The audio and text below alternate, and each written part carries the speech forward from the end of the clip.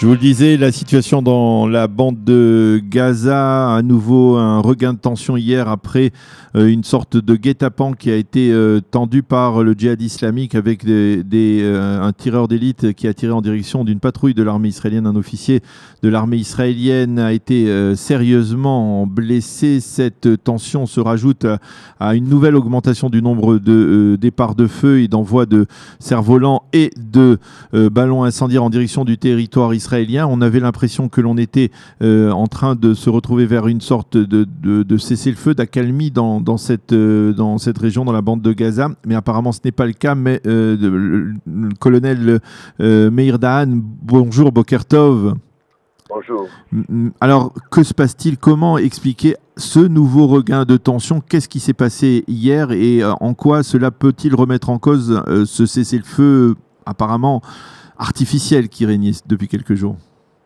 Eh ben, vous savez, le cessez-le-feu, on les compte en heures et en minutes. Vous savez, on est victime d'un phénomène que j'appelle que c'est la queue qui joue avec le chien. Oui. Et le Hamas, c'est bien clair, et aujourd'hui c'est même publié. Les accords sont très stricts et très clairs. Même hier, on voulait relâcher les entrées des camions et de toute... oui, à Kerem Shalom. Ouais. Et comme quoi, on voulait tous faire des preuves rapides de revenir à un certain calme. Mais vous savez, la bande de Gaza, on a parlé de ça, Daniel, depuis plusieurs fois. Et à la bande de Gaza, il y a des groupes, des gangsters, j'appelle pas ça autre chose. Oui. Des petits groupes qui sont influencés par choses et d'autres, notamment par Iran et par d'autres, et qui sont financés par eux. Et leur but, c'est d'intercepter les accords entre le Hamas et Israël. Et pourquoi? Parce qu'ils ressentent qu'ils sont au point de prendre la relève de Hamas. Le Hamas ne contrôle plus la bande de Gaza. Aujourd'hui, c'est le désarroi complet. Et malheureusement... Vous voulez dire que le Hamas, aujourd'hui, s'il veut museler ces factions comme le djihad islamique ou comme d'autres factions salafistes, il n'a pas la capacité Ces jours sont passés. C'est fini. Le Hamas ne contrôle plus la bande de Gaza, pointe à la ligne.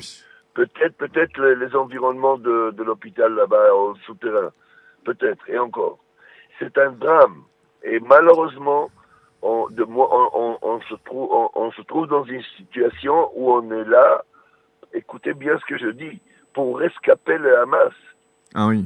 C'est un drame, ce qui se passe en ce moment. Vous voulez dire que paradoxalement, l'État d'Israël préférerait pouvoir avoir un interlocuteur, même s'il ne dialogue pas avec le Hamas, pouvoir avoir un interlocuteur plus solide plutôt qu'une véritable, comme l'a dit la mère de cet officier, le balagan qui règne dans la région. Eh ben, vous savez, ça, on le maintient depuis plus de 5-6 ans, hein, le Hamas. Plusieurs fois, et les décisions sont très claires, à ne pas toucher les leaders de Hamas, à ne pas trop détruire leur infrastructure. Et on touche rien que les menaces, c'est les tunnels, les cerfs-volants, les SCAD, le truc. On touche point par point. On ne les touche pas à eux. Parce qu'on sait exactement ce qui se passe derrière. Vous savez, s'il y aurait eu même une organisation derrière, disons que dans certaines situations, on aurait même réfléchi à ça. Il n'y a pas ce désarroi complet. Chaque groupe de quelques rues, c'est une autonomie par elle-même. Aujourd'hui, le Hamas ne donne plus des ordres. Le Hamas, aujourd'hui, essaie de coordonner, essaie de supplier, de se calmer. Voilà ce qui se passe là-bas. Alors, face à cette situation, je suppose que pour les forces de sécurité israéliennes, c'est un véritable casse-tête. Comment l'armée israélienne, comment Israël doit réagir? Est-ce que l'on doit aller vers un affrontement, vers une opération militaire, que ce soit une opération militaire terrestre, une opération militaire aérienne? Si vous dites maintenant que le Hamas ne contrôle plus la bande de Gaza, finalement, à quoi servirait une telle opération? Vous savez, excusez-moi de répéter, mais c'est encore la queue qui joue avec le chien. Nous aussi, on est victime de ce jeu. Et une opération militaire serait une solution en quoi? C'est-à-dire la prochaine opération militaire serait d'entrer carrément à Gaza et prendre possession afin de voir quel genre d'arrangement peut y avoir là-bas, quel genre d'organisation peut y avoir là-bas. Mais je dois attirer votre attention à quelque chose. Le monde entier n'arrête pas de condamner Israël de la conduite envers la bande de Gaza. Oui. Mais regardez ce qui se passe en ce moment. Ils savent tous, il n'y a rien qui peut contrôler la bande de Gaza si ce n'est qu'une force stable et grande et importante et combattante dans la région pour reprendre le tout vraiment à zéro. Alors, de qui parlez-vous? Personne n'intervient, personne ne parle, personne ne propose, ni l'ONU, ni les Américains. On entend derrière les coulisses qu'ils essaient de faire une opération qui s'appelle Gaza d'abord. Oui. Et elle est quoi? Elle fait quoi? Vous savez, rien qu'une force internationale combattante, je ne parle pas des casques bleus ou d'une force inerte, je parle de quelque chose actif, fort, des unités de combattants. Mais Meir, vous êtes d'accord avec moi que on n'a pas le sentiment que l'on est dans un tel cas de figure. On n'a pas le sentiment ni que la communauté internationale, ni que l'ONU, ni que les Européens comprennent la situation telle que vous la comprenez. Je citerai par exemple le fait que il y a 2 jours, il y a eu des manifestations dans la bande de Gaza contre l'UNRWA parce que l'UNRWA ne paye plus les salaires à ses fonctionnaires dans la bande de Gaza faute de moyens parce qu'entre autres les États-Unis ont fermé le robinet. Comment on va s'en sortir finalement avec tout cet imbroglio? Alors vous voyez un peu comment tout est mêlé, toutes les questions d'argent, questions de situation. Et qu'est-ce que vous dites par-dessus tout? Vous dites manque de stratégie de tous les côtés. Et surtout de la part d'Israël. Et en plus bien sûr de la part des Gazaouis, bien sûr de la part de l'autorité palestinienne, et bien sûr de la part de la communauté internationale. Manque de stratégie, rien. On dirait que cette situation plaît à quelqu'un ou arrange à quelqu'un. Surtout qu'elle se dégringole plus ou pas, et qu'elle reste comme ça, stable. C'est quoi la stabilité? Quelques missiles par-ci, par-là, quelques cerfs-volants par-ci, par-là, un petit attentat ici, par-là, et voilà, pour le monde, c'est bien. Non. Cette situation ne peut pas. Regardez comment la nature fait dégrader la situation et force tout le monde à adopter une stratégie et faire quelque chose de sérieux. Comment vous expliquez, Meir, que le ministre de la Défense, Lieberman, qui, jusqu'à ce qu'il devienne ministre de la Défense, était probablement le plus virulent partisan d'une politique très ferme, de coups de poing contre la bande de Gaza, y compris d'opérations militaires, aujourd'hui, semble extrêmement discret concernant une telle opportunité. Vous savez, je suis un peu touché par cet angle politique, je l'ai à la maison un peu, mais vous savez, les politiciens, je ne m'accrocherai pas trop à leurs déclarations. Oui. Par contre, je vais me reprendre aussi de point de vue militaire. Lieberman fait un excellent ministre de Défense aux yeux de l'armée. Oui. Et l'armée vraiment apprécie son calme, son équilibre et surtout l'espace qui donne à l'armée à faire son activité. Il faut comprendre que l'armée, en fin de compte, il a assez de force de prendre toute décision politique, tout ordre de la part du gouvernement et le réaliser. C'est-à-dire que si l'armée aujourd'hui, je ne dirais pas piétine, mais stagnait un peu, c'est parce que ce sont les ordres qu'il reçoit. Oui. Et, vous savez, on peut être déçu, mais on peut être aussi content. Il y a quelqu'un d'équilibré et qui prend des décisions très... Il n'y a pas de va-t-en-guerre, on va dire. Et, vous savez, encore, on revient au début de la conversation.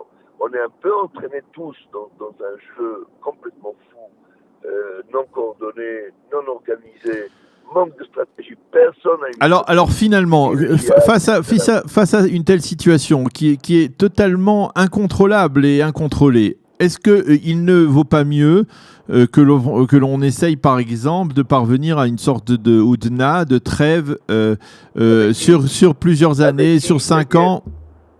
Avec qui? Même là, on ne peut pas. Avec qui? Mhm. Vous savez, pour avoir ça, vous devez avoir un accord avec chaque population de 5 à 10 000 habitants qui ont un groupe de combattants qui s'appelle tel nom ou autre. Ils n'ont aucune idéologie d'ailleurs. Oui.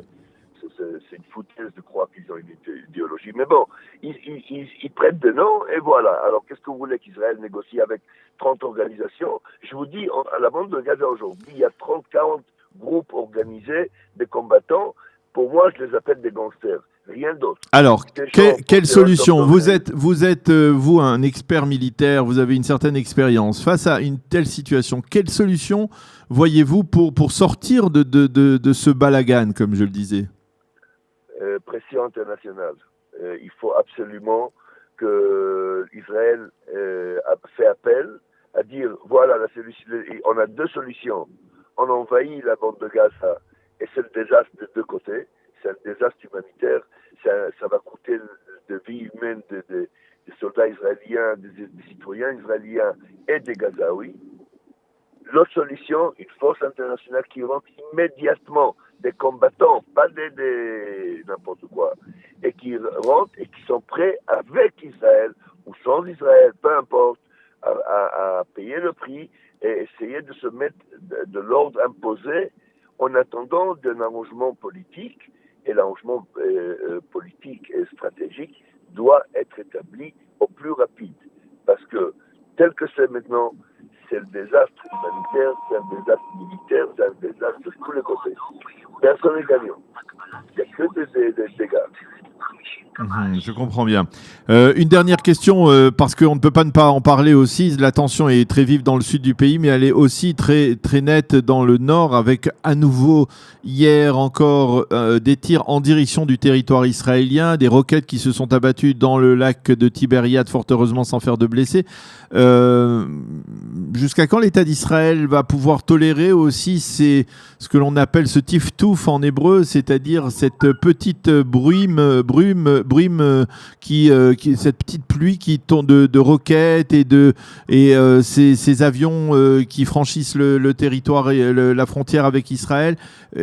Comment peut-on gérer correctement une telle situation?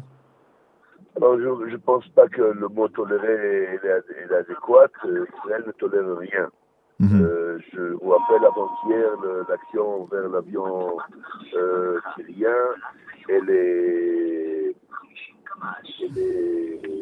la réaction par rapport aux missiles qui venaient envers Israël. Vous savez que les missiles sont détectés, on peut examiner plus ou moins où est-ce qu'ils vont tomber et par rapport à ça la réaction. Hier, ils ont analysé que ça va tomber au milieu de Kinneret, que ça risque presque rien, donc la réaction était par rapport à ça. Et Israël ne tolère rien, au contraire. Et la décision très claire et l'action très claire de l'armée israélienne, du gouvernement israélien, et rien ne passe la frontière israélo-syrienne. Rien. Pas une personne, pas un soldat, pas un missile, pas un avion, rien. Rien ne passe la frontière d'un côté, d'un autre, on n'intervient pas dans leur guerre civile. Maintenant, il faut comprendre, les Syriens, d'abord, respectent pas les accords qui ont été pris entre la Russie, la Syrie et Israël, et les États-Unis, bien sûr. Ne respectent pas du tout. Ça donne un peu l'occasion aux Syriens de comprendre à qui ils ont affaire, où est-ce qu'ils ont mis les pieds, dans quelle région ils ont mis les pieds. C'est une région qui respecte en rien les accords et les choses qu'on entend. Ça, c'est un. Deuxièmement, vu qu'ils ne respectent pas les accords, vous savez, les accords ont été basés sur le sort des armes que les Syriens vont employer par rapport aux rebelles dans cette région. Pas d'avions, pas de missiles lourds, pas d'artillerie lourde, etc., etc. Et deuxièmement, et chose qui est très importante et qui n'est pas respectée, on a parlé hier avec des gens d'Ara et d'Idlib, c'est d'éviter le massacre. L'armée syrienne, là où il arrive, c'est le massacre. C'est une tuerie pure et simple. C'est ce qu'ils font depuis 5 ans. Et là, il y a eu des accords pris à ce que cette chose vont être évitées. Et ils ont essayé de calmer la population à ne pas se sauver. D'ailleurs, ils n'ont pas où aller, d'ailleurs. OK? Mais à ne pas se sauver afin qu'il y ait eu des accords pris comme quoi ils baissent les armes, ils donnent les armes, et à côté de ça, il n'y aura pas de massacre, il y aura de l'ordre. Et ben voilà, encore un truc qui se respecte pas. Après avoir dit tout ça, il faut comprendre que les Syriens se battent à 200, 300, 400 mètres de frontière israélienne. Oui, bien entendu. Que cela... Et vu qu'ils emploient des armes qu'il était attendu qu'ils ne le font pas, et ben à partir de là, vous savez, ça glisse. Et 400 mètres en matière de missiles, d'avions, c'est rien du tout. C'est même 5 km, c'est rien du tout. Eh bien, colonel Meïr Dan, merci beaucoup de nous avoir éclairé, en particulier de ce matin, sur ce qui se passe dans la bande de Gaza et ce qui se passe également dans le nord du pays. La tension est très vive. On espère bien entendu que tout cela se calmera très vite, mais j'espère que nous n'aurons pas besoin de vous solliciter encore à nouveau dans les prochains jours pour parler d'une aggravation de la situation. Mais en tout cas, merci de nous avoir éclairé ce matin sur ces deux dossiers extrêmement délicats et brûlants. Merci et bonne journée. Shalom. Merci Daniel. Bonne journée. Bye bye.